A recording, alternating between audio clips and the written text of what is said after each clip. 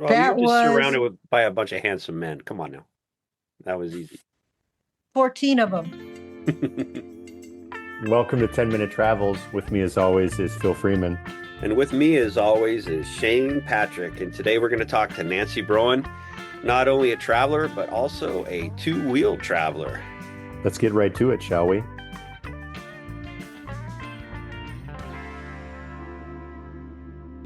What about, Nancy, do you have, is there a trip that comes to mind that was like where everything went sideways or if only I'd known this, it would have been different or something like that? Well, I wouldn't, you're talking motorcycles. Anything, any kind of travel. Well, the most recent trip where that was the case was I drove to my brother's house in Tennessee for Thanksgiving.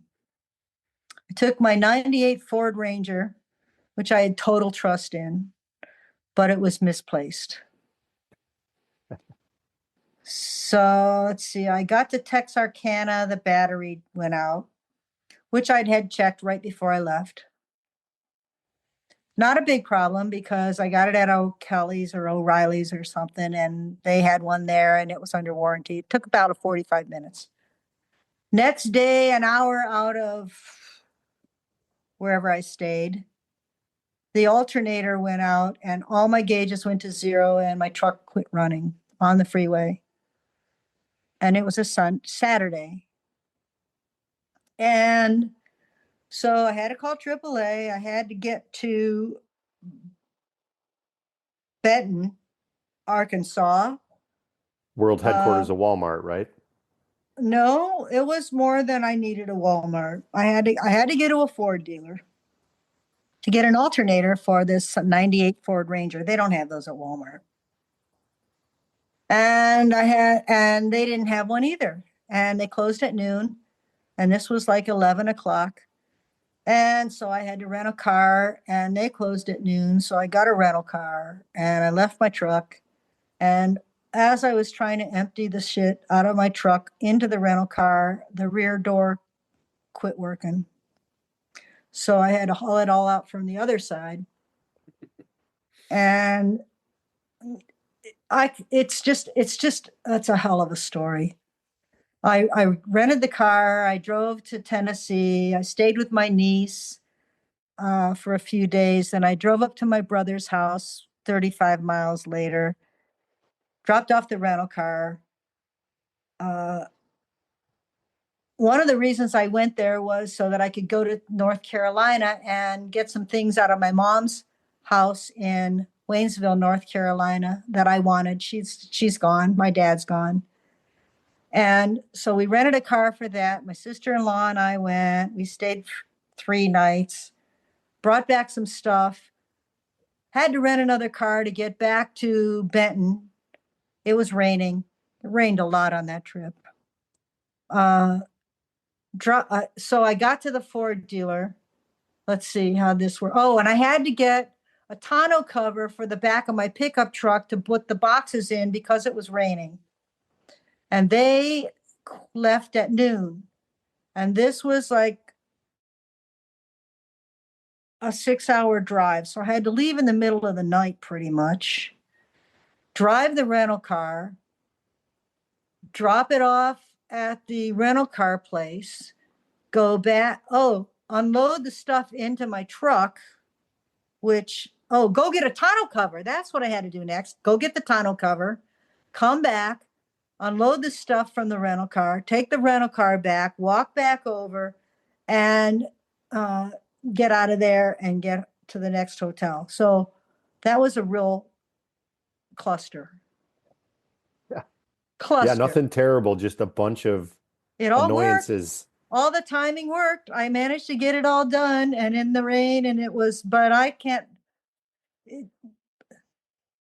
But on a motorcycle, I had a trip planned where I was going to go across the country. I love the Southwest, so I do a lot of touring in the Southwest. And go visit my friend that lives on the west side of Utah, near Zion, just on the other side of Zion.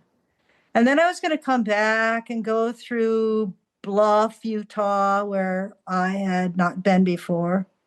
And then Colorado, and go to Durango and ride the train up to Silverton and come back down. And I stopped in Farmington on the way out, and it was wonderful. And this was a good long tour, but I had to cut that one short because of snow, because that was in the spring. So I rode back home, and then I continued in the fall. And I picked up where I'd left off. I went to Bluff, I went to Durango, and took the train. If you ever get the chance to take the train up from Durango to Silverton, do it. It's wonderful. And stay there overnight, at least one, maybe two, because Silverton's a very fun town. Silverton's like right on the other side of the mountain from Telluride, is that right? I think so. Yeah, you go up and around. You go, if you're driving, you go from Silverton to Ouray and around the mountain, and then you end up in where you said Telluride, yeah. Fruta. We did that the first time I went there. The second time I went there, it was before the Colorado Rocky Mountain High Adventure Tour, which is also at the top of my list of really fun tours, Phil. You still there? I'm here. That was a terrific experience. Well, That you were just was surrounded by a bunch of handsome men. Come on now. That was easy. 14 of them. But he was But counting. that's not why. Why is because to say I was a novice dirt rider would be exaggerating. I had watched a video of Dusty Wessler, how to ride dirt bikes. And then I went on this tour with you and Brendan and what's his face? And Milan, that's his face. And I wanted to go because it was you and Brendan. And I couldn't imagine how much more fun life could be than that. And I called and talked to you beforehand. And I told you that I had very little experience in the dirt. Could I do this? And you said, sure, you can. And I did it for 3 days. I did pretty well, I think, for 3 days, but it just about knocked me on my ass. So I followed you in the truck along with the guy with the Triumph tattoo on his arm. I can't remember his name. That's good enough. And we had a wonderful time on those wonderful roads. The truck was on wonderful roads. Actually, you and Brendan were switching off, leading and driving the truck, I recall. I remember that tour very well. It was so much fun. And it was beautiful country. And I learned some things. And some things that I use still. That's how I got through the dirt construction zones in Baja. Things I learned from you and Brendan and the guys on the tour. Shane, we got into there was a new grader that came through a section, and it was pretty deep sand. And I went through it, and I was worried about Nancy. No, she went around 2 other riders that went down, 2 guys. Nope. She picked her line, made it. It was, yep, she can do it. Well, I can try it anyhow. That was Nancy Broen, 2-wheeled enthusiast, bartender, engineer, all-around interesting lady. If you want to learn more about her or anything else we do at 10 Minute Travels, please check out 10minutretravels.com.